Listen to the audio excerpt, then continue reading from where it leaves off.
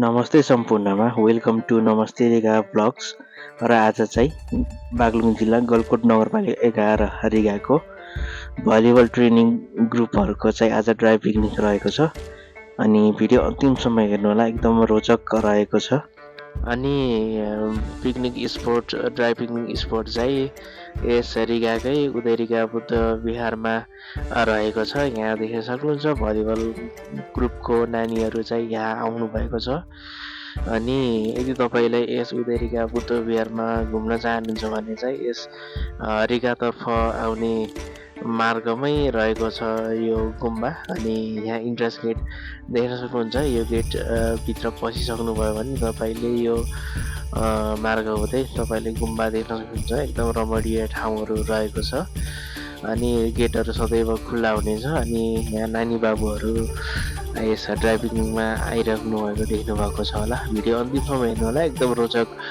रमाइलोहरू पनि गरिरहेका छन् नानी बाबुहरूले चाहिँ। सो भिडियो अन्तिमसम्म हेर्नु होला है त।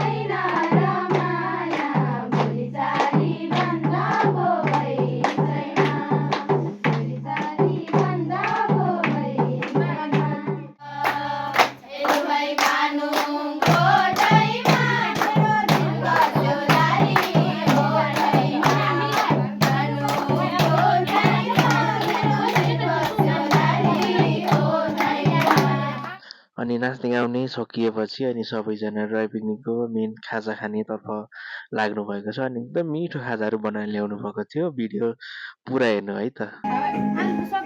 फर्स्ट ग्रुप यता र नि यता यता यता यो आज भ्लग हो, भ्लग युट्युबमा आउँछ।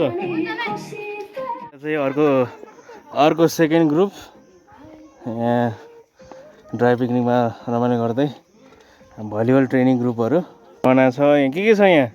चना, अन्डा, पानी, जुस, आलु पराठा,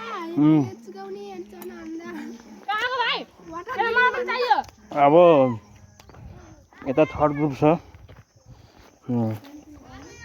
भलिबल ट्रेनिङ ग्रुपहरूको।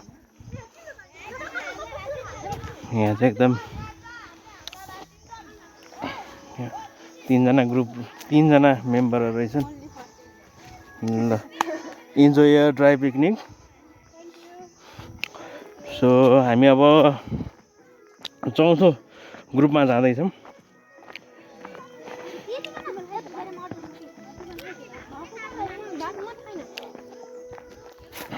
अनि यहाँ छ फोर्थ ग्रुप। यो ग्रुप चाहिँ एकदम म्यासिभ नै रहेछ।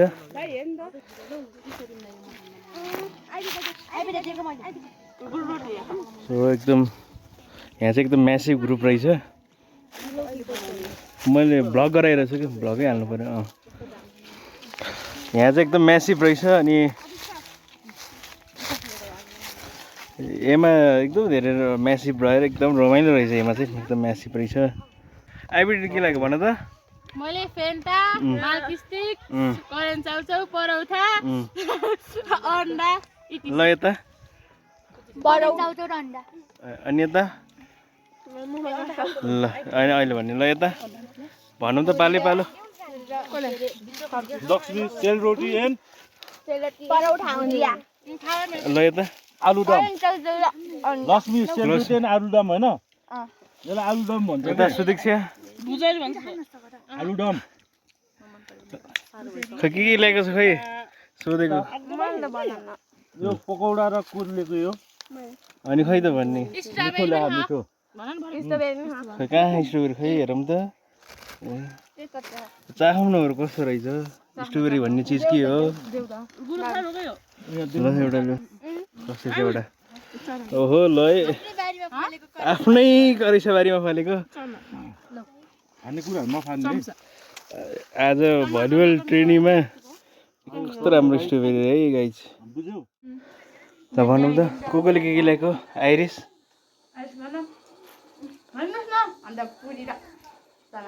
अनि यता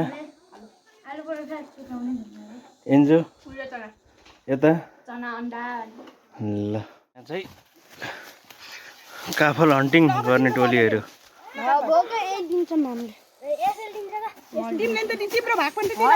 ल ल ल ल भएन